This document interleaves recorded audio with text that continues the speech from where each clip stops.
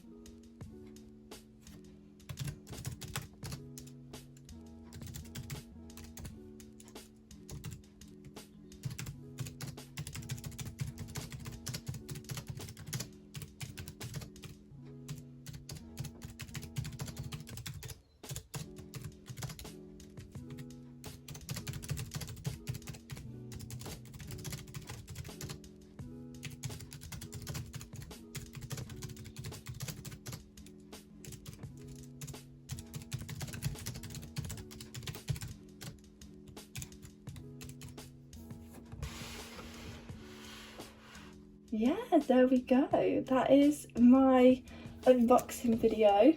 I really hope you have enjoyed this.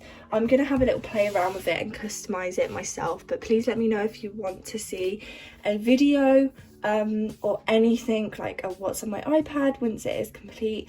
Yeah, I would be very excited to do that for you guys. I have loads of nice stuff that I'm gonna get on here and customize it with. So yeah, thank you so much for watching, everyone. I really hope you have enjoyed this just as much as I have, and I will see you next week with another video. Bye.